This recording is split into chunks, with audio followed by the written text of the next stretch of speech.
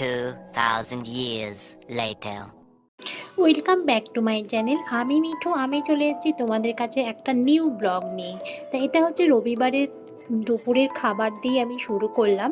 দেখো, সেদিনকে আমি করেছিলাম ভেটকি মাছের পাতুরি, সেটাই কিন্তু আমি এখন পাতা থেকে খুললাম।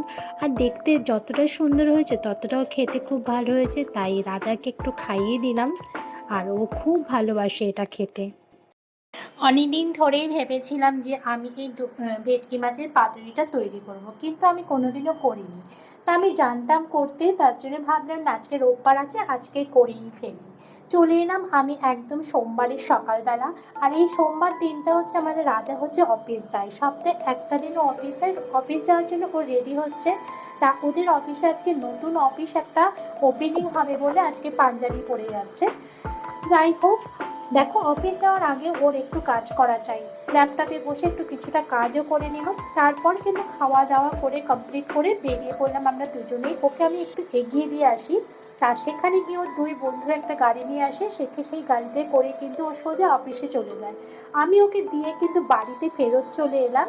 এসে কিন্তু আমার শাশুড়ি মা ব্রেকফাস্ট দিয়েছিল, সেটা করে ফেললাম। তারপরে ঘরের সব কাজকর্ম করলাম, বিছানাটাও সুন্দর করে গুছিয়ে রাখলাম।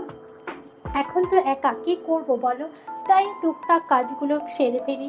ভাবলাম যত তাড়াতাড়ি কাজগুলো আমি সেরে ফেলবো, ততই আমার হাতের কাজটা ফাঁকা হবে। আর আমার জানো তো, কাজ ফেলে রাখতে একটুকু ভালো লাগে না।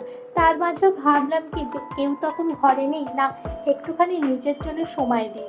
তার জন্য একটু নিচে কী করলাম না, একটু নিচে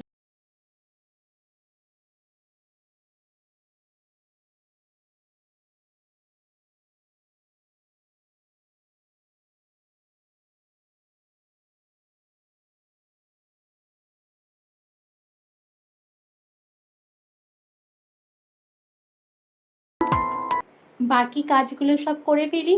এই যে টেবিল টেবিল সব ঝাড়া, ওষুধের বাক্স, এসব যদি আমি পরিষ্কার না করি, বলো, এগুলো তো সে ছড়িয়ে ছিটিয়ে থাকবে। আর আমার কিন্তু একদম ভালো লাগে না এই ঘরে অগোছলা জিনিস। আমার যেটুকুনি আছে, আমার ঘরে যেটুকুনি জিনিস আছে, আমি সেটুকুনিকে কী করি বলো তো, পরিষ্কার করে রাখার চেষ্টা করি, যাতে একটা লোক আসলে দেখে বলতে পারে না, এই বউটা একটু ভালো গুছিয়ে টুচিয়ে রাখে। এই যে আমার ধূপকাঠির দেওয়ার যে একটা পাত্রটা, এটা আমি প্রতি রোববারে কিন্তু পরিষ্কার করি। তাই রোববারটা আমার পরিষ্কার করা হয়ে ওঠেনি কাজের চাপে।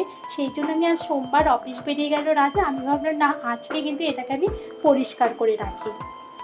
পরিষ্কার করে আমি আবার জায়গা মতো রেখে দিলাম। তারপর স্নান টান করে এসে ঠাকুরকে ধূপকাঠি দেখিয়ে আর তারপর ডিনার বলছি কেন, লাঞ্চে বসে পড়লাম। সরি, ভুল হয়ে গেছে। লাঞ্চে তো আমি আজকে কি খেয়েছি বলো, ওই যে সেদ্ধ ভাত। রাজা না থাকলে আমার সেদ্ধ ভাত, ও থাকলে তো আর সেদ্ধ ভাত খেতে পারি না। তারপরে বিকেলবেলা হয়ে গেল, ওর কানের অবস্থা আরও খারাপ হয়ে গেছে বলে ও আমাকে ফোন করলো যে ডাক্তারকে নাম লিখিয়ে রাখো, যাবো। তারপরে ও হাফ রাস্তা এসছে, আমি এখান থেকে গাড়ি নিয়ে চলে গেছি, আমরা ডাক্তারের কাছে চলে গেলাম। ডাক্তার তো আমাকে একটা টোকন দিল, বসতে বললো। তারপর ডাক্তারের কাছে চলে গেলাম। দেখতেই পাচ্ছ, ডাক্তার কিন্তু ওর কানটা দেখছে। ওই দেখো, স্কিনে দেখো কানটার অবস্থা কি হয়েছে। ওর কানের ভেতর ইনফেকশন হয়ে গেছে। আর কানে কম শুনছে, জানো তো, মানে আমরা ভীষণ ভয় পেয়ে গেছি। তার জন্য অনেকগুলো ডাক্তার দেখেছি, সেই জানুয়ারি মাস থেকে ওর কানের এই প্রবলেমটা শুরু হয়েছে। যাই হোক, ডাক্তার বললো ভালো হয়ে যাবে। 5 দিনের না 10 দিনের ওষুধ দিয়ে দিয়েছে, বলছে আর আসতে হবে না। জানি না আর যেতে হবে কি না। ডাক্তারবাবুকে জিজ্ঞেস করলাম, দেখতে ডাক্তারবাবু ভয় নেই তো? বললো না, কেমন তেমন কিছু ভয় নেই, আর্লিতে আপনারা চলে এসছেন।